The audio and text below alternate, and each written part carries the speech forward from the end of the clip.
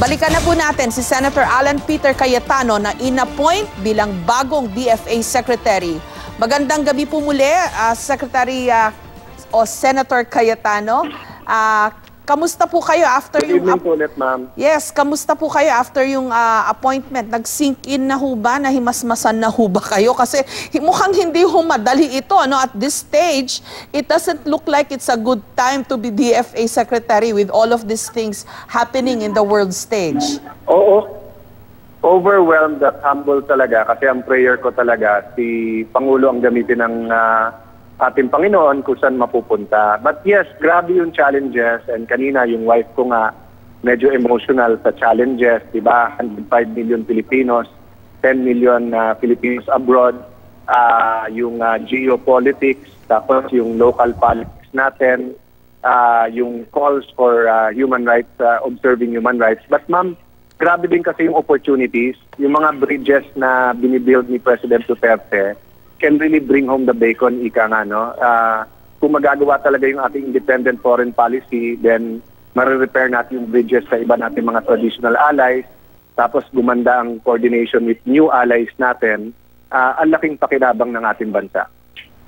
Paano ho kaya tayo lulugar sa ganito hong mga pangyayari ngayon? Ano nakikita niyong papel ng Pilipinas? Bukod sa mukhang si President Duterte, nag-level up, ika nga yung kanyang papel ngayon sa mundo, no? Dahil kinakausap na siya ni Trump, kinakausap siya ni Xi Jinping para kinausap siya ni Trump para kausapin ang China, para ang China kausapin ang North Korea. Parang suddenly the Philippines has a voice, no? So ano nakikita niyong magiging papel ng ating bansa ngayon? How things are playing out in the world stage, ika nga?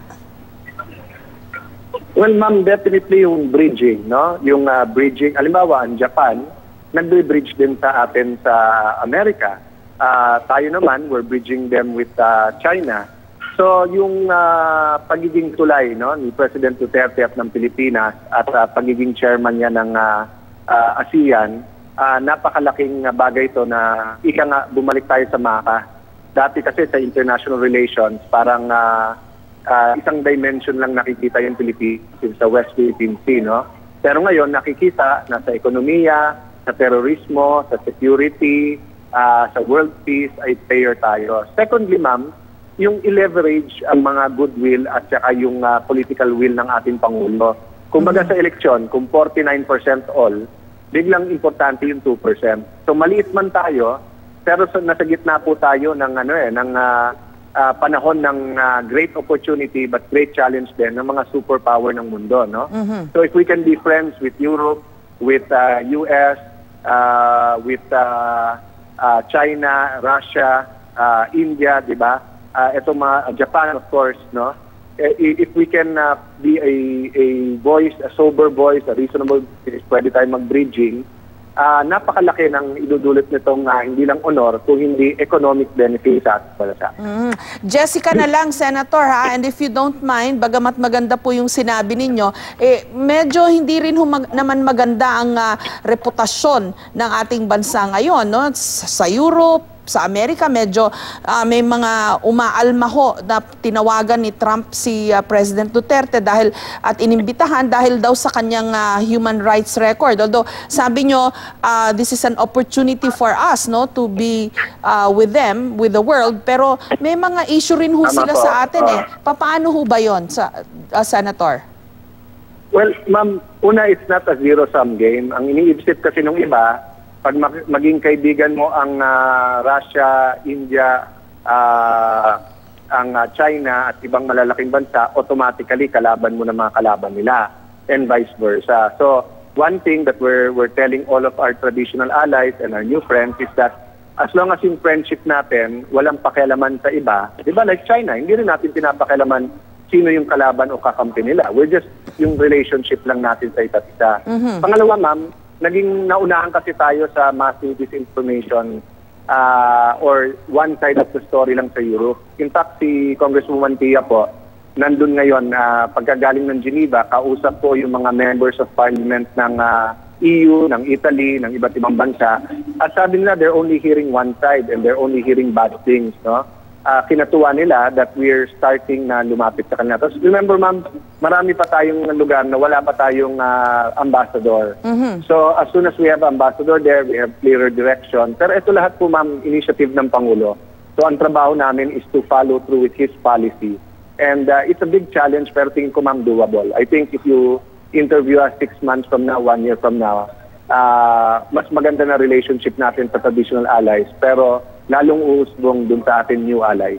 Doon daw po sa periodic review ng human rights, yung inyo pong dinaluhan sa UN, sabi ho nila 45, no less than 45 countries, parang sinabi dapat imbestigahan yung mga tinatawag o di umano IEJ case dito sa Pilipinas. So, does it look like you succeeded doon po sa inyong presentation? Galing sinasabi ho nila na parang the Philippines was slapped. May mga ganun hong terminology na ginagamit.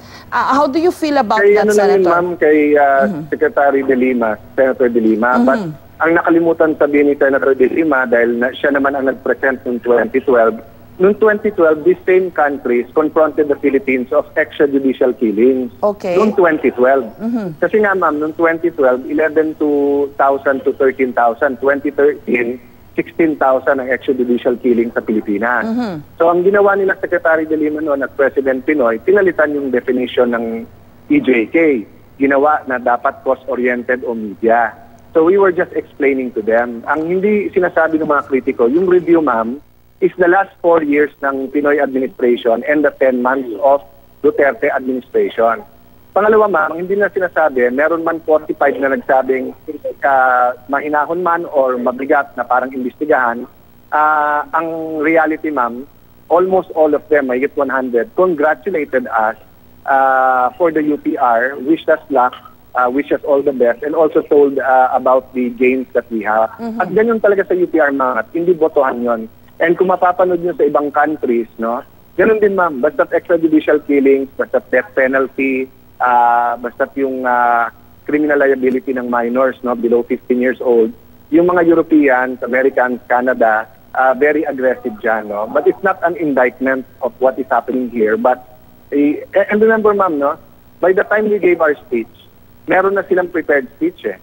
Wala na silang time na tumawag sa kanilang mga mission kung paano sila magre-react. That's why yung actual report at yung actual na comments nila, kinokolate pa sa ngayon. Okay, so may talab ho ba ito?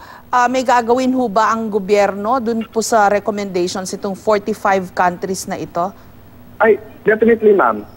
Dual yung approach natin. One is explaining the real numbers or the real situation. But number two, in recognition then that there's much we can do in terms of human rights. Eh, ang report kasi ma'am ng kung titignan niyo yung New York Times, Reuters, BBC, ang sasabihin 7,000, 9,000 associated with the drug war. Kino-quote sa ibang media sa atin, no? But these numbers, 7,000, 9,000, are not associated with the war on drugs. Eh kung ganon, bakit 2013, 16,000 ang patay? Bakit nung 2011, 2012, 2014, 11 to 16,000 ang patay, no? So we're giving them the real numbers. So in that sense, maiintindihan nila. But we're also committing. So halimbawa ma'am, yung internal investigation ng police, ng NAPOLCOM, strengthen natin yan.